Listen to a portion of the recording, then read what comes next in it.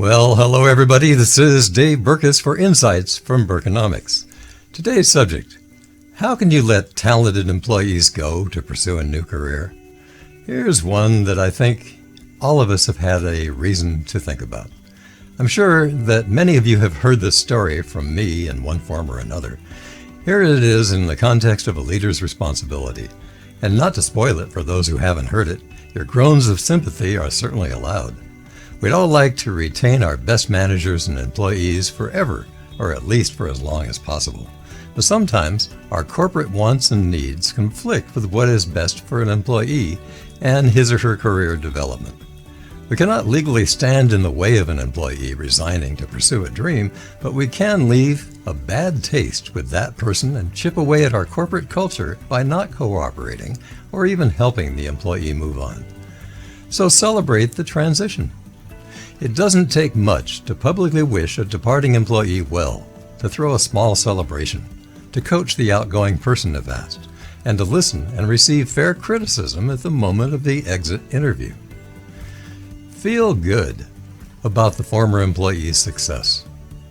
And sometimes that story results in one that joins the ranks of super tales to be told again and again throughout your company. Here's one such departure story that I often tell and some of you have heard. I had an employee named Tom. He rose through the programming ranks to become the chief architect of my software company with 26 programmers in his fold. The company had grown to 233 employees and it served 16% of the automated hotels worldwide at that time. Each week, Tom and I would have an informal lunch and discuss issues that ranged far and wide. Tom always had ideas to contribute, particularly about marketing programs and opportunities. Well, how do you handle it when a valued employee wants to move on? One day, Tom came to me and said, "I want to transfer to marketing. I'm tired of programming." "But Tom," I protested, "you're in charge of the family treasure. All of us depend upon you." Oh, the humanity. Tom insisted, and nothing I could say would stop him from resigning, selling his home, and moving away. 5 years later, I received an email from Tom. I keep that email in my leather note portfolio, carrying it with me wherever I go, and I pull it out often to read portions to audiences during my workshops, or just for fun to fellow private equity investor friends. So here is that email, kind of like I've memorized it. "Hello again, Dave," it began. "After looking around a lot, I have landed as employee number 7 at a Seattle-based startup called Amazon.com.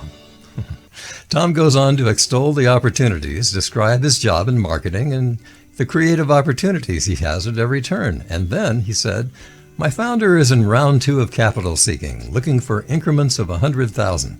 And if you'd like, I'd be happy to introduce you."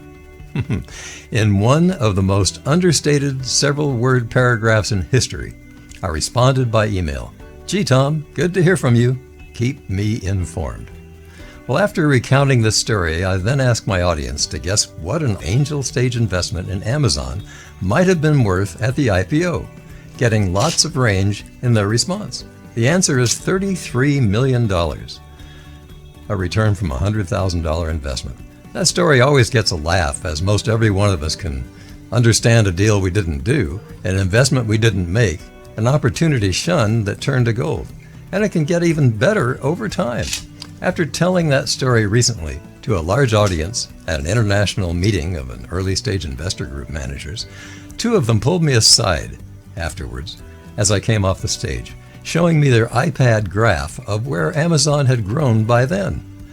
If I had held that investment for all those years, the $100,000 investment would have been worth over $3 billion, they stated. Wow.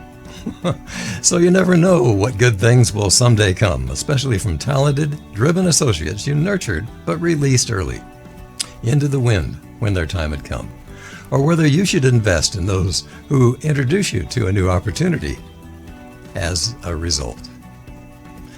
Well, this is Dave Berkus for Insights from Berkonomics. I've written lots of books with stories just like this.